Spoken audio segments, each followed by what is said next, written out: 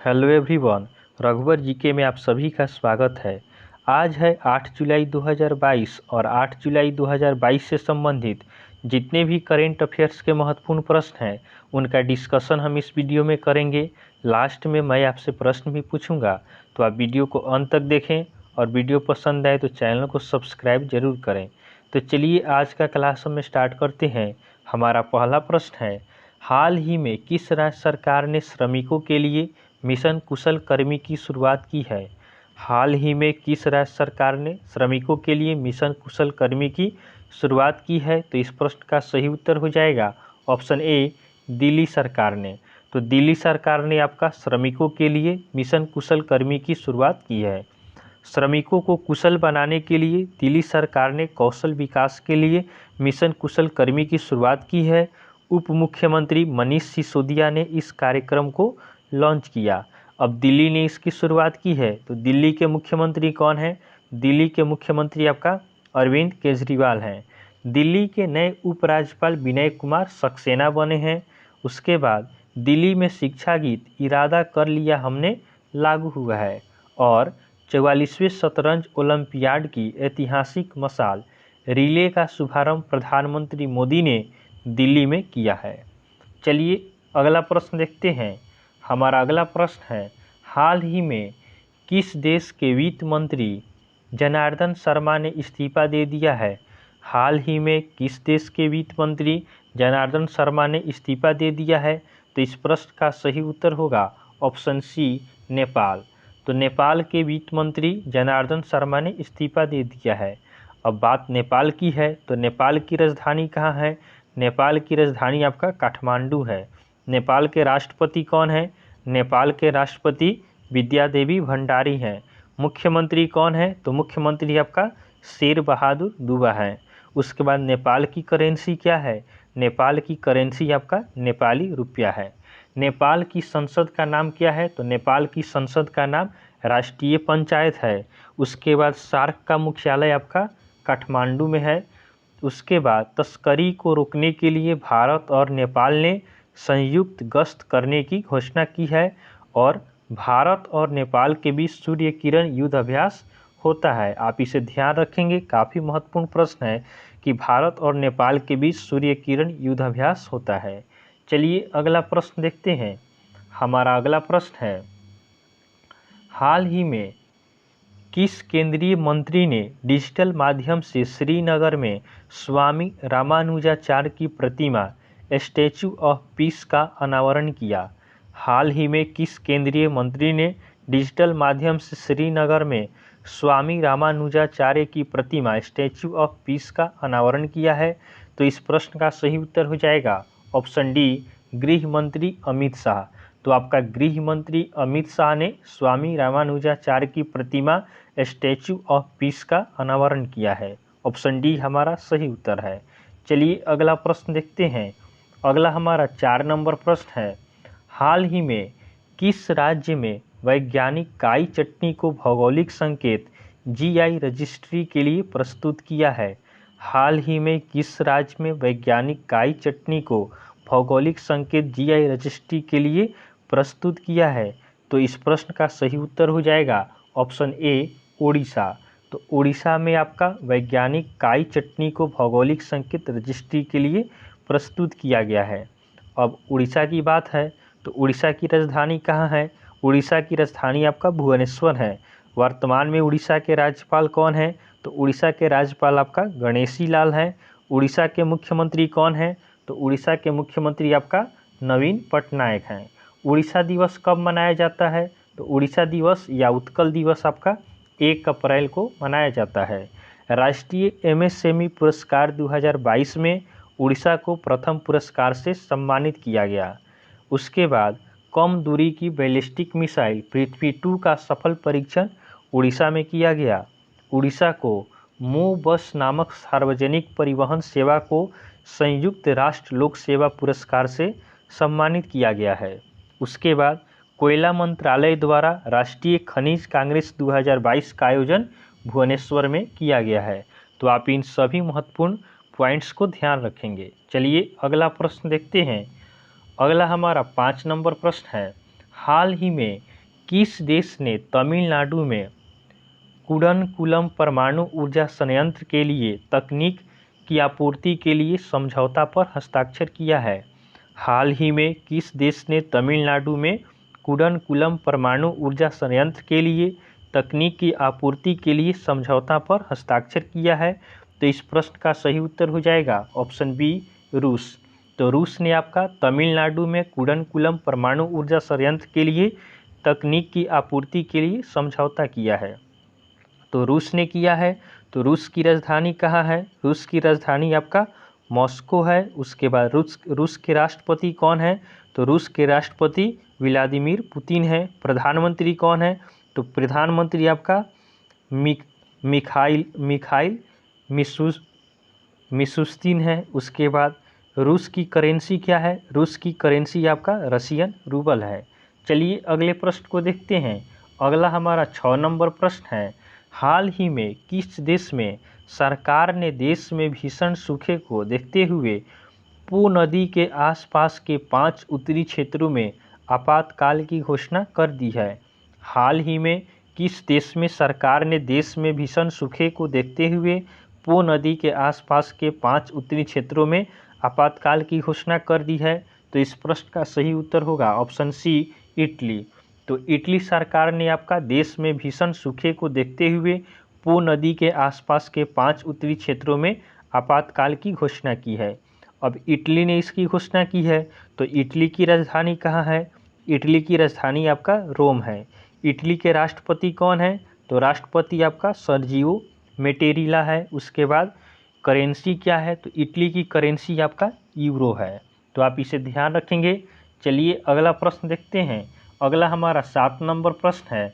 हाल ही में किस देश के अधिकारियों ने वरोवा माइट नामक संभावित विनाशकारी परजीवी प्लेग को रोकने के प्रयास से पिछले 2 हफ्तों में लाखों मधुमक्खियों को मार डाला है? हाल ही में किस देश के अधिकारियों ने वरोवा माइट नामक संभावित विनाशकारी परजीवी प्लेग को रोकने के प्रयास से पिछले 2 हफ्तों में लाखों मधुमक्खियों को मार डाला है? तो इस प्रश्न का सही उत्तर हो जाएगा ऑप्शन डी, ऑस्ट्रेलिया। तो ऑस्ट्रेलिया ने आपका पिछले 2 हफ्तों में लाखों मधुमक्खियों को मार डाला है। तो आप बताएंगे ऑस्ट्रेलिया की राजधानी कहाँ है? ऑस्ट्रेलिया की राजधानी आपका कैनबरा है। प्रधानमंत्री कौन है? तो प्रधानमंत्री आपका एंथनी अल्बनीज हैं। उसके बाद करेंसी क्या है? तो करेंसी आपका ऑस्ट्रेलियन डॉलर है। चलिए अगला प्रश्न देखते हैं। अगला हमारा 8 नंबर प्रश्न है। हाल ही में किस देश ने पुरुष और महिला क्रिकेटरों को समान वेतन देने की घोषणा की है?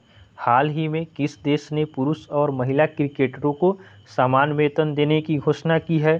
तो इस प्रश्न का सही उत्तर हो जाएगा ऑप्शन ए, न्यूजीलैंड। तो न्यूजीलैंड क्रिकेट बोर्ड ने आपका पुरुष और महिला दोनों क्रिकेटरों को समान वेतन देने की घोषणा की है। चलिए अगला प्रश्न देखते हैं। अगला हमारा 9 नंबर प्रश्न है।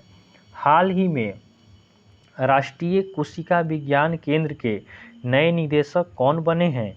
हाल ही में राष्ट्रीय कोशिका विज्ञान केंद्र के नए निदेशक कौन बने हैं? तो इस प्रश्न का सही उत्तर हो जाएगा ऑप्शन ए, डॉक्टर मोहन वानी।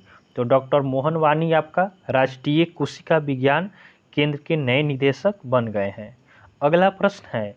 हाल ही में किस देश की गणितज्ञ मैरीना वियाजोव्स्का ने प्रतिष्ठित फील्ड्स मेडल जीता है?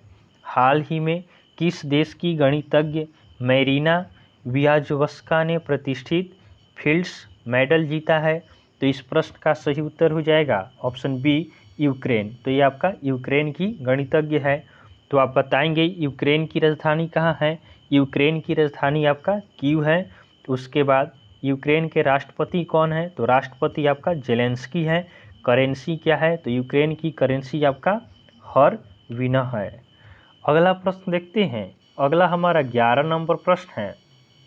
हाल ही में किस राज्य के मुख्यमंत्री ने सबसे बड़े शॉपिंग फेस्टिवल की घोषणा की है? हाल ही में किस राज्य के मुख्यमंत्री ने सबसे बड़े शॉपिंग फेस्टिवल की घोषणा की है? तो इस प्रश्न का सही उत्तर हो जाएगा ऑप्शन डी, दिल्ली। तो दिल्ली राज्य सरकार ने आपका सबसे बड़े शॉपिंग फेस्टिवल की घोषणा की है। अगला प्रश्न है। हाल ही में किसने परीक्षा संगम पोर्टल लॉन्च किया है? हाल ही में किसने परीक्षा संगम पोर्टल लॉन्च किया है? तो इस प्रश्न का सही उत्तर होगा ऑप्शन सी, CBSE। तो CBSE ने आपका परीक्षा संगम पोर्टल को लॉन्च किया है। अब CBSE ने इसे लॉन्च किया है तो CBSE का फुल फॉर्म क्या होता है?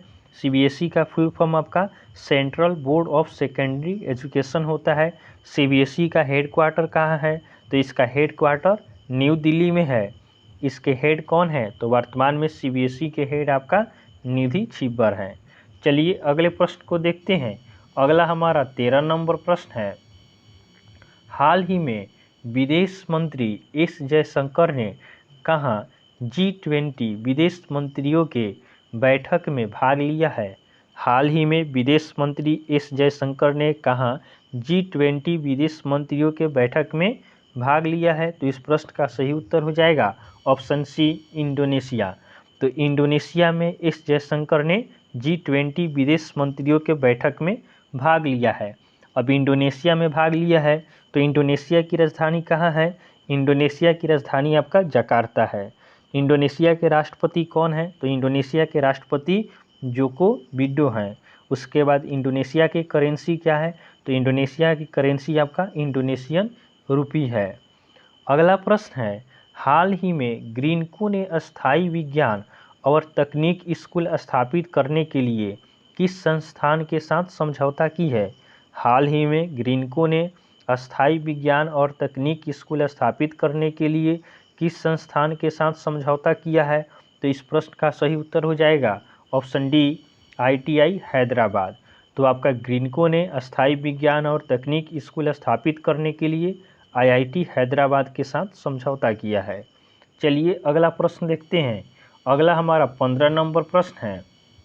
हाल ही में सेमीकंडक्टर पार्क स्थापित करने के लिए IGSS वेंचर्स और किस राज्य सरकार ने समझौता किया है?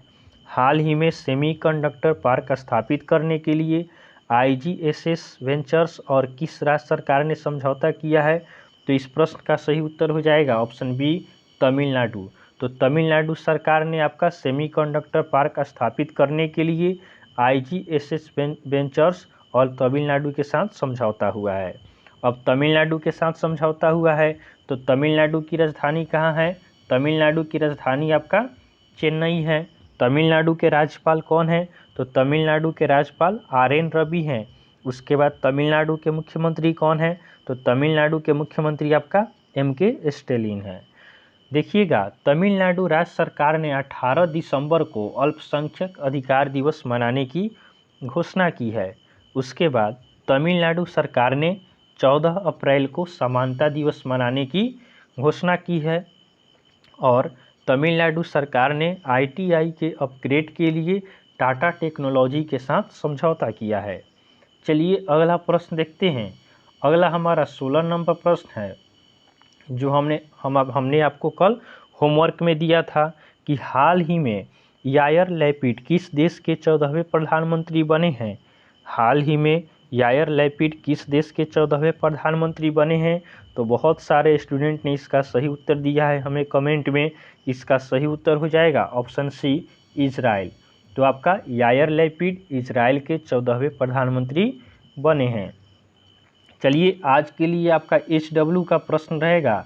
आज के लिए आपका होमवर्क का क्वेश्चन है, हाल ही में ग्लोबल फिल्म टूरिज्म कॉन्क्लेव का उद्घाटन कहाँ किया गया है? हाल ही में ग्लोबल फिल्म टूरिज्म कॉन्क्लेव का उद्घाटन कहाँ किया गया है? तो इस प्रश्न का उत्तर आप हमें कमेंट में देंगे। तो चलिए, आपको वीडियो पसंद आया हो तो आप वीडियो को लाइक करें, चैनल को सब्सक्राइब करें तथा अपने फ्रेंड्स के साथ इसे शेयर करें। चलिए आज के लिए हम इतना ही रखते हैं, फिर नेक्स्ट वीडियो में आपसे मिलेंगे। तब तक के लिए धन्यवाद।